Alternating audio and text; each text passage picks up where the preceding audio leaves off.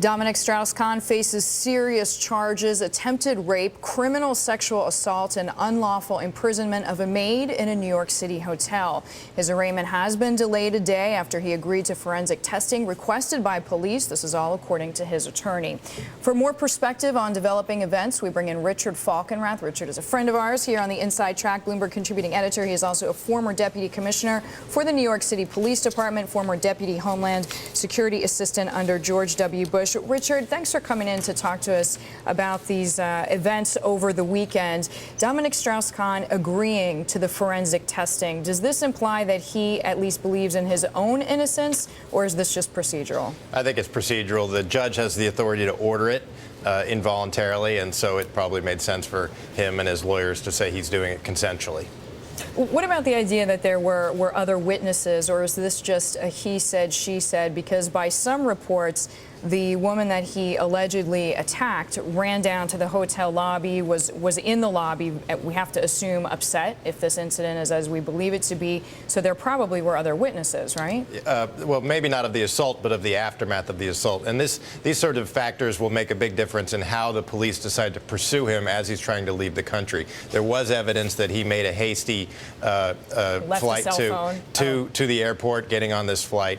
And so it matters a great deal for how quickly the police try to pursue him. Down the road in the trial, there will be all sorts of evidence entered in, forensic evidence taken off of his person and her person, things of that nature. Richard, I want to go back to your days as deputy commissioner at the NYPD. What's going on behind the scenes right now? Clearly, we've got Strauss-Kahn, his lawyers, a judge, and a cops. Who else is part of the conversation? Well, the district attorney has a big role to play here because these are state charges, not federal charges. So the district attorney, in this case, Cy Vance Jr., will play a major role. The police are fairly seasoned in these sort of high-profile cases. They happen with some regularity, and they're quite good at insulating the work from outside political pressure.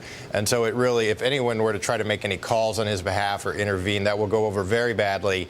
And my expectation is would have no impact whatsoever on the case. Would the State Department be involved at all in these conversations, even on a consultative basis? How high does this go? Well, since he did not assert diplomatic immunity and does not have it, the State Department doesn't really have standing to get involved because there is no international relationship here that needs to be maintained.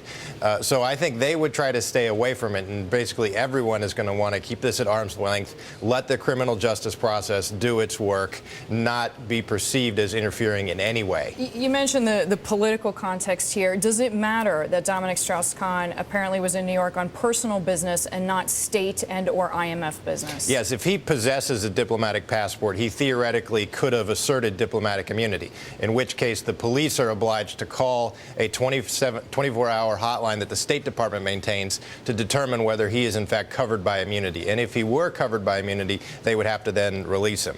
But for whatever reason, either he doesn't possess a diplomatic passport or he elected not to assert it, it was determined that he's not covered. Richard, how about the arrest itself? Is it unusual for, at the very least, the New York City police, and how about police in general, to actually board a plane and yank somebody off on charges like this? We're not talking about somebody who is alleged to have put a bomb in the cargo bay. Well, indeed, the last time that I remember this occurring was about a year ago, and it was the person who set the bomb in Times Square. And he was taken off a plane that was trying to fly to Abu Dhabi at the time. So it does happen from time to time.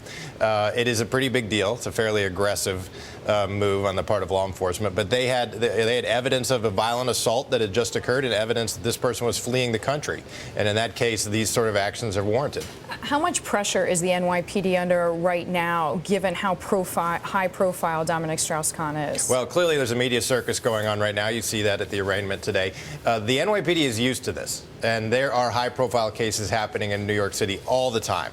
And so they know how to handle these things. A very seasoned public affairs operation. And my sense is they're feeling it. They don't want to mess it up in any way, but they're going to get this one right.